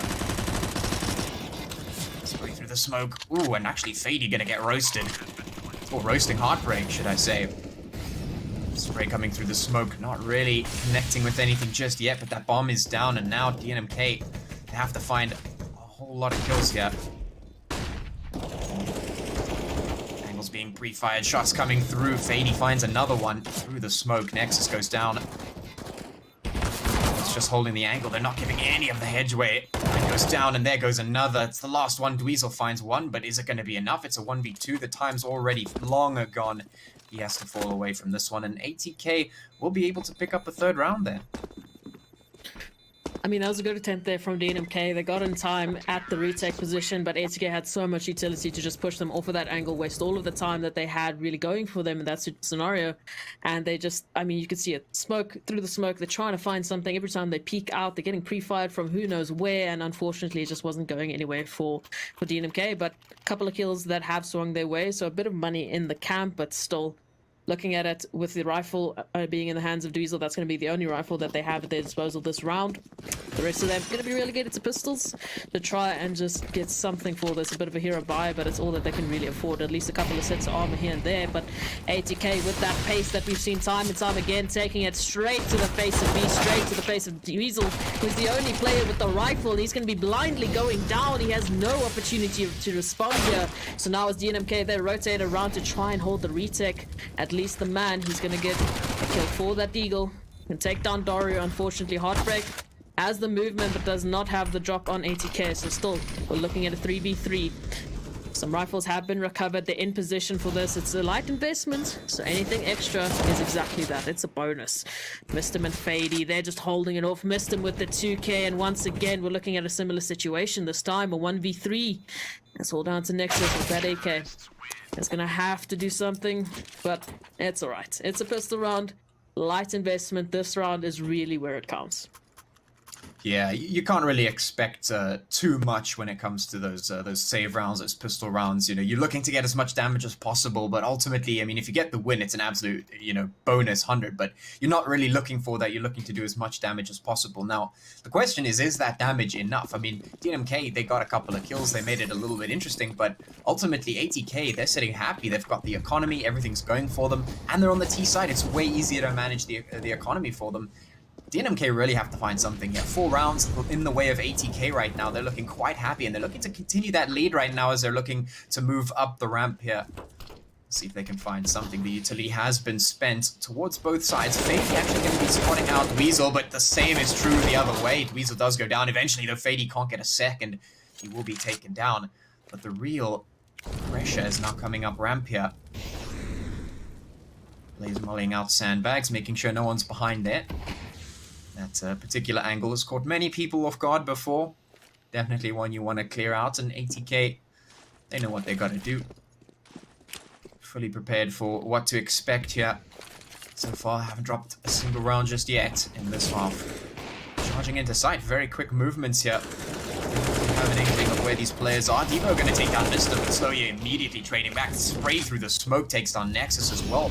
This should be a free sight. The man, there's no chance here unless he gets a magic shot straight through the smoke, which doesn't seem too likely right now. He actually goes for it and doesn't find it, but that was very close. What a nice pre-aim from the man. Unfortunately, it doesn't connect, but it is still 2v2. It's doable. Heartbreak low on HP. Might just come back to bite him here. If they can find these heads. Slowly and Blaze, they got the AKs. They've retreated. The post plants are there. They just got to hold on for a couple more seconds. Heartbreak boosted up. Spots out one. Can't get the kill. He gets taken down as well. The man gets a spray. Can he get 2? He does. Nice transfer. Takes down both. And this could be the defuse. This is going to be close. I need this I think to he's be got the it. defuse. After Yeah, a spray he's got like it. that, He needs to Wow. have that. That's beautiful. Well The man played. coming in clutch. My goodness. So, I mean, he even recovers the AWP there, so that's going to be a great gun going into this round. Great recovery there, and really just holding onto this. I mean, Patchy, that could have gone either way towards the end of it. Yeah. That was, I mean, that was a nice spray control and just off the second defuse. That was huge for DNMK. Absolutely massive. And now, finally, DNMK, they're on the scoreboard. They're looking to do a lot more, however. Brought up into this round, forced up as much as they really can. Unfortunately, not a lot of economy, so relegated to a couple for Masters there. Dory already taking a kill onto the man. That was that massive impact player there towards the last rounds, and now he's out of the count. ATK just taking their time, getting some control here. Whereas DNMK, they're trying to get closer, but getting caught off guard is heartbreak. He's getting sandwiched at the moment, and unfortunately, Fady was there to just take him out of the picture. So, and with the second kill onto Fady, Diver going down at the same time. Now it's just falling apart for DNMK. It's all down to Dweezil, and a 1v5. He's on the A site, completely secluded from everyone else, but Slow is here, looking for that flank, looking for that last kill, that hunt. Depending on the timing, he might actually be able to get the kill here. Slowy doesn't clear it out. Spots the barrel, swings, but Slowy, my goodness, he swings even faster. There's a headshot kill for him, and that's the 5th round for ATK. I mean, at the moment, what do you think DNMK have to do? Looking at the money, it's not a fun time. Yeah, it's definitely not a fun time. I mean, getting that win was big, but the fact of the matter is they lost the momentum immediately, losing that round. Once again to ATK, they pick up 5. It's 5-1. ATK taking a timeout. This is a little bit of mind games potentially, or maybe they just want to, change things up a little bit. So it doesn't really matter for ATK right now because they've been pretty solid. They haven't really been picked apart just yet by DNMK. And I mean, if they switch their strats a little bit up now, let's switch their approach up now, that could be absolutely devastating for DNMK if they can't pick it apart again because, I mean, relegated to pistols is not where you want to be. And you want to start winning rounds. And the previous round that they won, that was the beginning. That was what they needed to start, snowballing again, start picking up the momentum. The fact that they dropped the ball on that one means they need to pick it up really, really quickly. Because if they don't, this is going to be an absolutely devastating half for them. And they're going to go into the next one hoping that they can start putting those rounds on really, really quickly. Because ATK are looking to run away with this one. They've got that firepower. They're looking to move in again. Immediately missed them. Just going to get Nexus straight through the smoke there. So already opening things up easily for ATK and making things that much more difficult for these pistols to try and win. See if they can make it happen. Got some Deagles, got some P250s on the board, a little bit of utility in the hands of the man and Dweezil. Some flashes potentially do some work, but up against AKs, it's really not easy. And I mean, ATK are taking this one slow. They're not overcommitting to anything just yet. They're looking for those cracks, and DNMK, they might just have a bit too many of them. We'll see. ATK just looking for any extra hits that they can get. Not finding anything just yet. The time is ticking, 55 seconds. They got to get something going, and it looks like they will be making their moves. Here come the util. They can move on into the site. Here comes Doru, going to move up, but the Deagle's going to be enough to hold him out for the moment. This time could be working against ATK right now. They need to move in quick. Mr. Manfadi, and well, they're just going to get all of the kills immediately moving into the site. And Heartbreak, well, he's not long for the world. He gets absolutely tapped straight back in. ATK pick up another round for themselves, and, well, DNMK are going to have to really put the work in this round, I think. At least they will have the economy to do exactly that. I do see an AWP in the hand of Heartbreak there, so this might be a bit of a switch up that DNMK need. Potentially where they might put that. I mean, looking at a mid control, maybe even taking that long A control, getting some initial picks there, just trying to get really aggressive, try and hold off that pacing from ATK. But once again, pacing is the word as ATK immediately take that A control. DNMK trying to get close. The man right behind the smoke is Slowy, and he gets it through the smoke blindly, I might add. My goodness, pre-fire angles are there, and Daivu finally does get the trade, does get it. And now we look at a 4v4 here. Already a bit of an altercation there that at least lands them an opportunity here to get some information and forces ATK to just fall back, regroup, and think about where they want to go this time around. At the moment, we do see 2-on-2. Nexus still holding that mid control, so they are aware of that sort of flank there that might come through from Doru, but at the moment, still, ATK is still looking hungry for that A-side control. Grouping up, the bomb is being recovered. Still at the moment. Missed him. Right behind there, right behind Sandbags, is a Dweezil. Trying to catch him off guard, but the Molly is going to get him out of control, and now Missed him is going to take the kill. It's the trigger for ATK. They know that they have to go A. Their positions have been known. Rotations coming through here for DNMK, but will it be enough? It's a 2-on-4 situation at the moment. Divo does well to take down Blaze. Tries to swing for the second. Unfortunately, can't hit the shots just yet. Next is down to a 2v3. Still winnable for DNMK if they can get the shots, but that AWP still in the hands. Heartbreak trying to connect the shot. Missed him. Once again, through the smoke. At least boosted up. He's going to find it. So it's down to Nexus in a 1v3. Taking out Fady. This makes it a little bit more easier. More palatable situation, 1v2. But where are the players? That's the question. Where is Missed him hiding? He spots him out. It's only him left. Have to get the 3k if he wants to clutch it out. Down to the pistol. Bullets left alone. What can you do? Oh wow, the Dink is coming through. He's down to 6 HP. This is winnable. Just one more shot and that's it. That might be the round, but the time is not there. He doesn't have a kit. He has to leave. He has to get the kill and just get out of there. Mr. instead is going to take the opportunity to get the kill instead. So, my goodness, it feels like it's coming down to the wire time and time again. DNMK, they're getting the shots. I mean, the individual's going insane. But it's just not enough to push them over the edge of getting another round against ATK. Yeah, that is so tragic. I mean, Missed him. He was putting in some work there. He's got 11 frags right now. He's sitting right at the top. The entirety of ATK, they're doing the work. I mean, DNMK missed a lot of shots. They made a lot of mistakes going into that round, but they managed to get something back towards the end. Nexus putting in some hits. I mean, it was a lot closer. It was a lot better to see, but you're gonna need a lot more than that to get it on ATK. And well, Dora's gonna open things up. He's gonna take down a Nexus, so big player off the board. Pistol's not gonna be enough. He is on 12 HP at least, so they could potentially find him here. Dweezil is around the corner. Land a hit here. It might just be enough, but it's not going to be. Fady taken down to 55, but once again, the AKs will just come out on top. Things not looking good for DNMK right now. Always finding themselves on the pistols, just not able to get across that finish line time and again. So you're going to take out Heartbreak, and one by one the players from DNMK will be falling. Diva goes down, it's just the man remaining, and now his position is known, and the spray will connect. He goes down through the smoke once again. 8-1 is the scoreline here. This is just, yeah, I mean, this is just devastating for DNMK. Potentially we should just get a counter for the amount of kills that's been through the smoke this game already. We're in 9th round already. Just how many kills have we seen through the smoke here for ATK? It's insane, but at least for DNMK, they're going to be able to once again buy up another shot, another chance to get through this. They just need to be careful of losing those initial numbers of disadvantage. Once again, taking some control. Nexus with the AWP in middle. He's going to be under pressure quite a bit. He takes the kill into Slowy. That opens it up. Dweezil trying to get one of his own. Unfortunately, is going to go down, and now the B site is under barrage. It's under attack, and instead ATK, they're going to switch this up immediately. Forget middle, forget A. We just want to go B.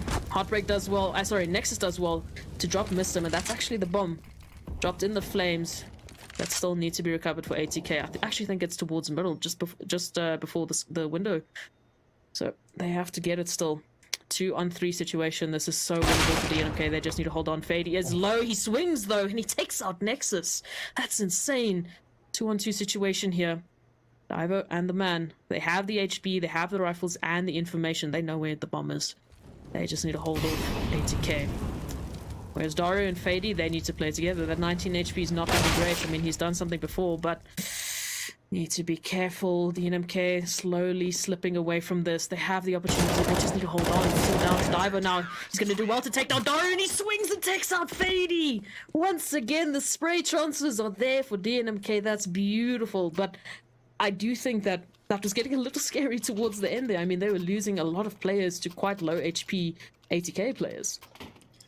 Yeah, I mean, I guess scary is the word here. I mean, I don't really know what I'm witnessing here, because early on I wanted to say maybe DNMK need to get a little bit more confident against ATK and then try and get some things. And as soon as they try and do that, they sort of get shut down here by some crazy plays from ATK. And well, now I'm seeing the same thing from DNMK. They're finding these crazy shots, and I don't even know what to say at this point. You know, it looks like DNMK, they could make it happen, but they're just not being able to hit the shots that they need to hit, find those kills that they definitely can get, they just haven't been.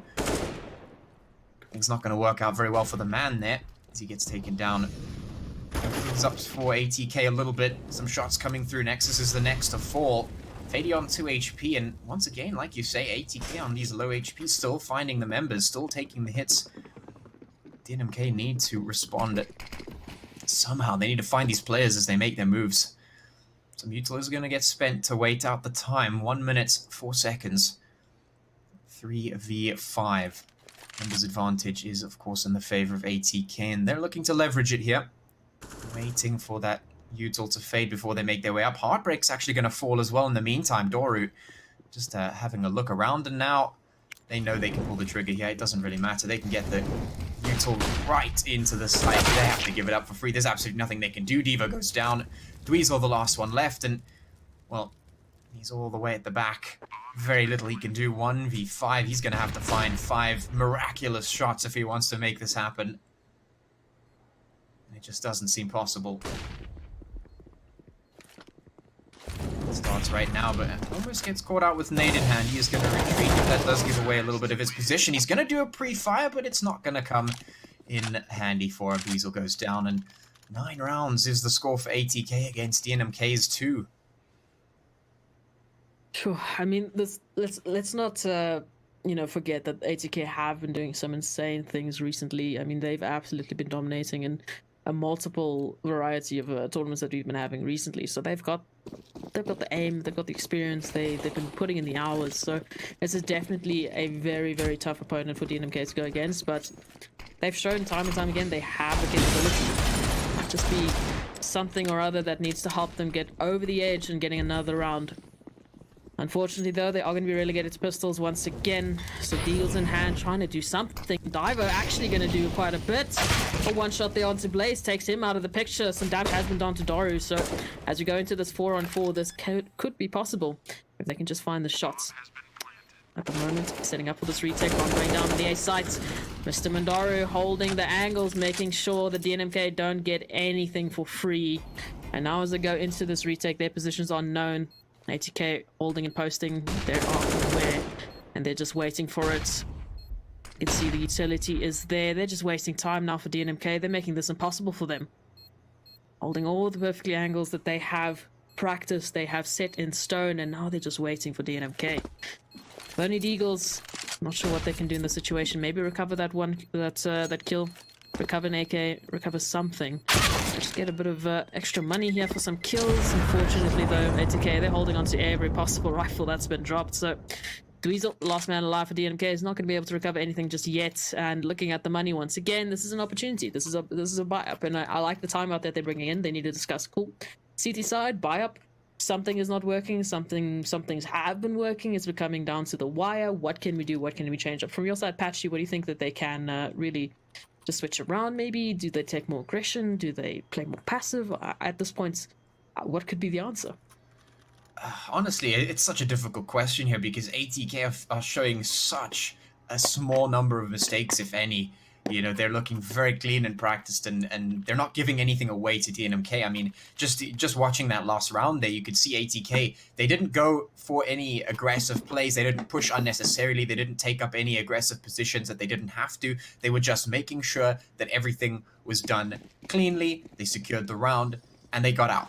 And when that happens, I mean, what can you do? There's very, very little you can do in that situation, you know, aside from trying to get around where you find literally anything to go for you. So DNMK really have to find something here. And, well, Fady's going to open things up straight away. Evo goes down. Nexus now under fire. He's just going to get peeked from so many angles. It looks like DNMK just cannot hold on, cannot respond quick enough to what ATK is doing right now. And it's just absolutely tragic as they fall one by one. ATK finally going to be taking serious damage. DNMK trying to find something back. 2 rounds to 10 is not a scoreline you want to be anywhere near towards the end of the half, and they're looking to make something happen, but is it going to be enough? 2-2 is the man count right now. The bomb is not down, so DNMK still have a little bit going for them. Time is ticking, 1 minute left on the clock. But can they close the gap? Can they cross the line? We've seen DNMK stumble just before it before. Can they make it across this time?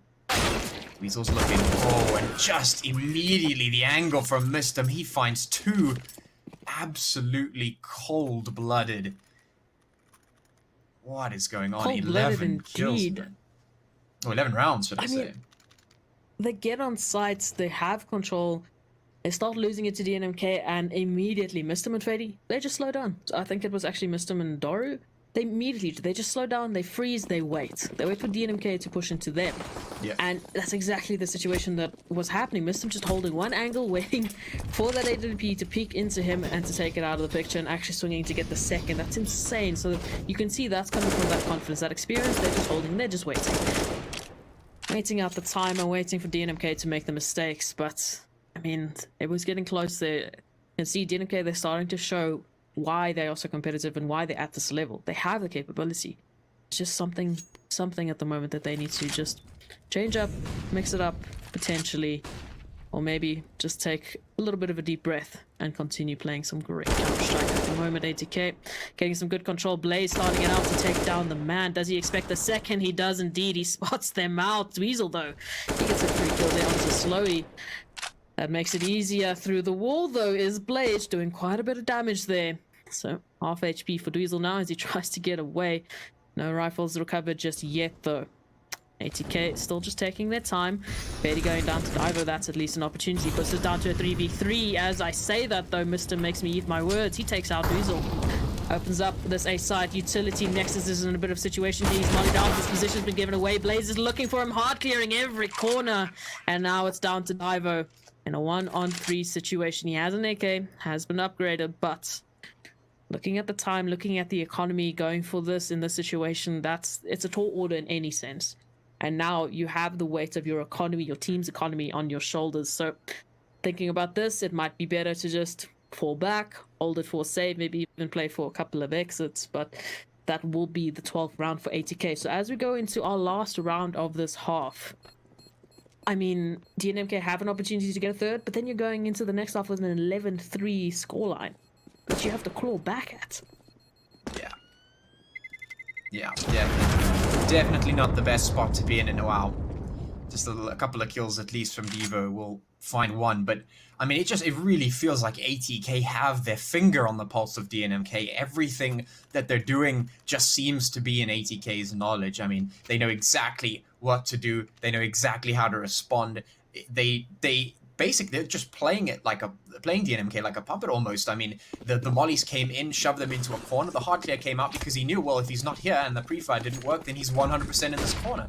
And he was. They're clearing the angles. They're making sure they're not getting, too overconfident. Just everything is there right now. ATK making so few mistakes, and DNMK really finding themselves in a tough spot here. Going into the last round of the half, they're hoping to get, at least one here to make it a 3-12. But I mean, in that case, that's just really not a very easy scoreline to work with. And Fady, just one tap straight to the brain of Devo. That is not going to feel too good here. Heartbreak and Dweezil with AWPs trying to hold down the line, trying to just keep DNMK in this one. But is it going to be enough? Well, Sloya goes down at least. So they found themselves one. And there is 1 minute left as well, but Dweezil's going to need to hold this angle a little bit more. He's going to take down Blaze and Doro, but immediately Fady does the exact same. It's 2-2 now. What is going on here? As soon as DNMK finds something, ATK just fire back immediately. And it just feels like DNMK cannot find a foot in the door right now. Heartbreak and the man, the last two remaining to try and hold on. 43 seconds is the time, and ATK, once again, just mulling them out of position. They just know exactly what to do in every situation. Fady finally going to lose the fight. Heartbreak wins that one out, but the bomb is down now. Post-plant for Mistum. We've seen him do more than this. Heartbreak and the man really going to have to play this one solid. Missed him right behind the smoke. Here's the scope. Is he going to get aggressive here, or is he going to play passive? Oh, he comes through the smoke, finds the man. Now he just needs to find one more. AK versus AWP. Oh, he gets tagged as well. That's going to give away the position. He's going to just hide here. The time is ticking, but the spray comes through. Heartbreak finally able to take down Mistum, and eventually DNMK will at least get their third round here. The two AWP players, they're going absolutely crazy. Dweezil with the 2K, Heartbreak with the 3K. Beautiful work that they've done to get DNMK their third round. But as we've mentioned, I mean, this is 3 on 12. You know, how many rounds do you need to now claw back at? ATK starting off on the T side, going up against what we've seen so far. This is insane. But it's never over till it's over. At the moment, everything is possible. So, looking at this, DNMK with the Glocks, a couple of upgraded pistols and some utility, looking potentially to take some good pacing towards what is at the moment just a default setup. They've got 2 players towards B and 2 towards A. Just getting some control, maybe some information, trying to get a couple of kills and see where they can go at the moment. Already good pacing here from Nexus. He's already on the A site. Getting close there, making quite a lot of noise and actually drawing all the attention away from ATK. But as they do that, DNMK instead, they're going to rotate it around to B. This could be a completely blindside play here from ATK. Might be a fumble, but already Fady and Slowy running back. They've heard the rotations. Daru as well getting a one-tap onto Heartbreak, opening it up. But it's trades on either side, especially here from Nexus. At least Daru, he's going to once again take down Nexus. Make this doable. 3-on-3 is the situation. One taps on either side. Damage being dealt. Making this a 2v2. Bomb now down for DNMK. It's all down to Slowy to try and tie it out here for ATK. They're trying to get another round. Try and do something. But for DNMK, this is potentially their 4th round, and they're holding on to this. Postplant's playing this so disciplined. Making sure not to give Slowy anything here. Nothing for free. He has to come to them, and they know it. As they hold on, he's got the defuse kit, so it's only a 5-second defuse. Might be enough, though, to get them caught off guard here, but teamwork is there. Beautifully played from DNMK to get that pistol round. Now, this is an opportunity. That's that first round. Now you can start steamrolling, potentially get the 2nd and the 3rd. Yeah, I mean, generally you want to go into the second half with a little bit more, but starting it out with a win is at least good. You get that round, you can definitely convert it, but it looks like ATK is definitely not looking to make that happen. They want to shut them down immediately. You can see Doru has picked up that MP9, and the rest of them, they've got P250s, they've got Eagles 5.7 CZs. They're ready to shut down DNMK, even though they've got superior firepower. ATK looking confident to try and shut it down. So can the AKs, can the Galils win against these pistols? On paper they should, but they're going to need to find their shots. 4 rounds for DNMK, and they're looking to make it a couple more, trying to make themselves a little bit more competitive here. Get a couple more rounds going for themselves and hopefully bring themselves back into the game as well. But they need to find the openers, which they're not finding right now. Hesitantly pushing up the ramp here. Slowly just playing slow. He's got the CZ. He's going to peek out, but he won't find anything immediately taken in. But the trade from Fady is there at least. Eagle good for 1. 1 minute left on the clock here. And DNMK have yet to leverage their firepower. Well, there goes Fady at least, so they have a little bit more. But 50 seconds left. They're going to have to make something happen real soon. 3v4. ATK still just holding back. They have this MP9, the trick up their sleeve, the magic card that might just come in handy for them. But the time seems to be working on their side as well. DNMK just really slow on the take here. Slowly trying to get their way into sight. The bomb will eventually be planted, but Blaze going to go down in the meantime on the back. Now it's just Mr. Nadoru. MP9 now swinging out. Can he find anything? Oh, the spray not going to connect. He goes down, and Mr. going to be taken down as well. So the superior firepower will win the day for DNMK. They take their 5th and look to maybe take another. I mean, beautiful pacing there from DNMK. They're just slowing it down, waiting for ATK. You know that your opponents, they have an opportunity here to buy up and to catch you off guard there. But instead, DNMK, as they get onto the site, they're literally just on the precipice of getting the site. They just wait it out. They've got the time, they play with it, and they wait for ATK. So that's exactly what they needed to do there, because you can especially get caught off guard with the pistol round. And a pistol round, once again, it will be for ATK, this time with a couple of nades, but only really USPs and at least 2 deagles in the hands of Slowy and Fady to try and get them to do something. But on paper, there should be a round for DNMK. That is, of course, if there's no surprises. Look at this. ATK reading this quite well, heading towards A. Bit of a stack situation, so if DNMK decide to go here, they will find 5 crosses from ATK, well, with the exception of Fady, of course, in middle. So just holding and waiting for the push. Utility, making sure that all the angles are covered, but now ATK, they're heading towards the stack. They are committing to this, and Fady from the back line trying to get a flank once again. That nade doing quite the damage. The nade stack once again actually taking the life of Dweezil. Nexus does well to get rid of the flank there, which is of course Fady, but now DNMK, they're just going to leave one man on site here to try and be a distraction as they rotate around to B. Nexus, of course, the first man on site to try and secure it for DNMK to try and hold on to this. But low HP on Divo and the man, so definitely need to be careful. As the Galil does get recovered by ATK, still a 3-on-3 situation, but bomb is planted, they have their post plants, now they just need to hold on. Nade trying to do a little bit of early damage, and it does just that. Daru and Blaze go down, but so does the man, unfortunately, to a team kill. Now it's a push for ATK. With pistols, they're trying to overwhelm DNMK, and they might be doing just that. What is happening? Missed him with a Galil. He takes the last two. They get time for the defuse, and somehow they swing around that they shouldn't have had any business of winning. They had only USPs and Eagles and some nades. What is happening? Let me tell you exactly what is happening. That is the power of grenades right there. And I mean, not just any grenades. When you know how to read your opponent, when you can get a finger on the pulse of what they're doing, when you can get a whiff of where they're moving, and you've got those grenades in your pocket. Oh, so much that you can just toss them in, you soften up your prey, and it doesn't matter that you're touting the pistols. If they're on 35 HP, it really doesn't matter. You just get the taps in and you're good to go, and that's exactly what happens. Tapping away is the case, and they get some free upgrades to AKs, now making it so difficult. DNMK gonna open things up, though. Devo takes down Fady as they try and move up, dropping the bomb there. Devo trying to move up and get some aggression going. ATK looking to hold on. They've got the AKs, and it is going to be a mod break, and Mr. now getting through. What is this? Just absolutely aware of his surroundings. Finally goes down, but not after doing so much damage. Nexus and Devo, the last ones left for DNMK now. Against 3, Slow Your Blaze and Doru for ATK now. 37 and 3 HP for those last 2. So a little bit softened up on the side of ATK, but well, now Nexus is gone. Devo on 16 HP. With a minute left on the clock, he's got the bomb, but can he get to the site is the question. He's going to have to go through quite a number of ATK players here, and well, once again, they just have their finger out on the pulse. The utility comes down and discourages him from the angle. Off he goes. And this might just be another round for ATK. Not looking to give him anything. 16 HP, not much to work with, and neither is 33 seconds.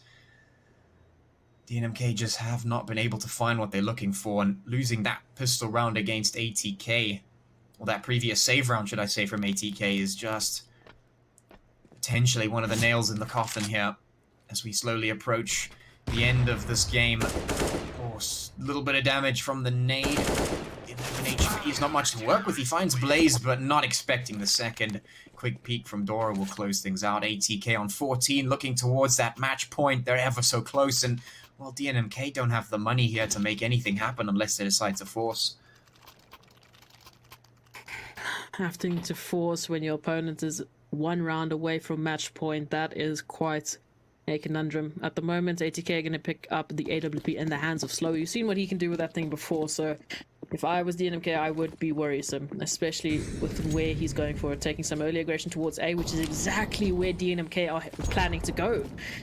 But they're going to be going straight into ATK's stack here. They've got 3 players towards the site. Slowy up close and personal with that AWP, trying to find an early frag here and trying to stop DNMK from getting any sort of confidence for getting into this A site. The timing is on their side. He's going to fall back just in time, trying to peek over the smoke. He's going to get a surprise, which is, of course, Heartbreak, who takes the head of Slowy, but Fady with a beautiful response as he takes 4. He takes the ace. That's insane. Okay, it's fine. It's not Slowy you need to worry about. It is Fady. That's the man that you should be scared of. And now ATK, they clutch their match point. They're 1 round away from winning this, whereas DNMK, at least with that save, that's money in the bank, that's a potential for buy round, and that's a potential to stop ATK again and again, and they'll have to do it for the next 10 rounds if they want to stay in this. Yeah, I was about to say, that's a tall order. Sure, there's a potential here, but you're going to get 10 rounds back to back, and well, that is just such a difficult proposition to make. And I mean, when Fady's hitting shots like that, Fady missed him like 24 and 26 kills. That's nuts. These guys are just absolutely fragging out right now. They are in the zone. They are feeling it. And you could see that 15 rounds for ATK. They're ready to take the final one, ready to step over that line. DNMK at least had the money to buy up into this, what could potentially be the last round here as ATK gets seriously aggressive.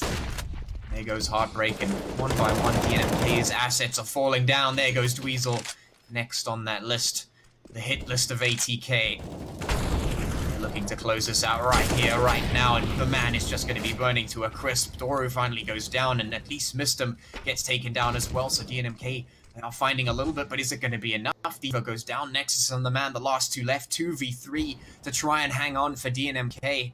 To try and make it happen, the man goes down. Nexus is the last one, the last hope for DNMK in a 1v3. This just seems impossible, and it is. He goes down, and ATK close things out.